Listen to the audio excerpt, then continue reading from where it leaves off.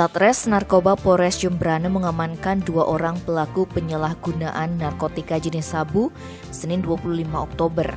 Keduanya diamankan saat berkendara di seputaran lapangan Desa Pergung, Kecamatan Mendoyo.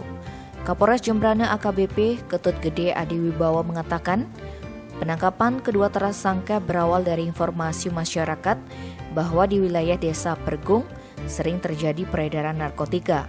Selanjutnya, tim Opsnal Satres Narkoba Polres Jembrana dipimpin Kasatres Narkoba AKP Komang Renta melakukan penyelidikan. Beberapa saat sebelum penangkapan itu, lanjut Kapolres Adi Wibawa, tersangka Andre Irwan terpantau oleh tim Opsnal Satres Narkoba Polres Jembrana yang tengah mengendarai sepeda motor Honda Scoopy warna hitam DK3840ZW. Tersangka membonceng temannya bernama Cecep berhenti di lapangan umum Desa Pergung, Jalan Denpasar, Gilimanuk, Banjar, Baler, Pasar Desa Pergung, Kecamatan Mendoyo.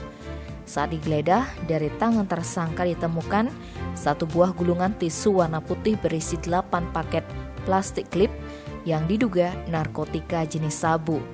Tersangka Andre yang berstatus mahasiswa beserta Cecep yang berprofesi sebagai sopir itu kemudian diamankan oleh tim Opsnal Satres Narkoba untuk dilakukan penyelidikan lebih lanjut.